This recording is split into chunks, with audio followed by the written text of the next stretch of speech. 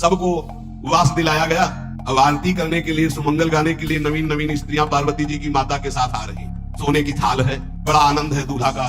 प्रथम दर्शन और आरती लेके जी भी देखा दूल्हा को। ये दूल्हा है? हाँ, भारी रोष पैदा हुआ कि नारद जी ने बर्बाद कर दिया हमारा घर। हमारी बिटिया सूखे पत्ते खा के इसके लिए बदल कर दिया। महिला जी ने पीछे मुड़ के देखा, एक भी स्त्री थी, अकेले थाली लिए खड़ी थी। लौट के आई, उन्होंने कहा कि सब भाग्य पड़े, बोले प्राण बचाए, ऐसे ऐसे करिया पुरस्कार रहे थे। थाली पटक दी, आरती की गई, पार्वती जी को गोद में बैठाला और रोने लगी।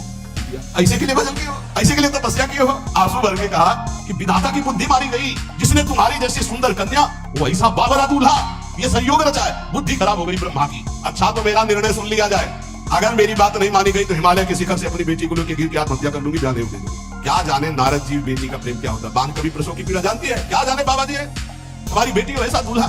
जब देखा कि माँ बहुत गुरुदेव को उल्टा सीधा बोल रही है तो उन्होंने कहा, माता विचार, तुम क्यों ऐसा आलाप कर रही हो? अगर मेरे भाग्य में ऐसा पति लिखा है तो तुम टाल नहीं सकते। माँ मेरे भाग्य में ऐसा ही लिखा है, आप व्यर्थ में क्यों रो रही?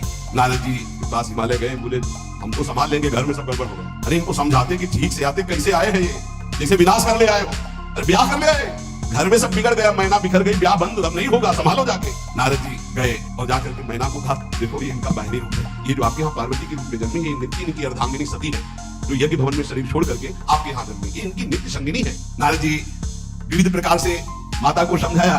नारद जी ने बताया, आप बिल्कुल धैर्य रखिए, भगवान शिव का वैभव आपने देखा नहीं, इनका बाहरी रूप है तसल्ली। बोले अभी दूल्हा रूप आपको दिखाते हैं, आप चुप रहिए। नारद जी गए, बोले विवाह करना कि नहीं करना? शंकर जी से कहा, बोले वाह इसीलिए, बोले ये बंद करवा, ये रूप से विवाह होता है? हमारी सारी बिचौलिया में पिट रहे हैं, उधर जाओ तो उधर, ये रूप हटाओ। बोले कौन सा रूप धारण करें?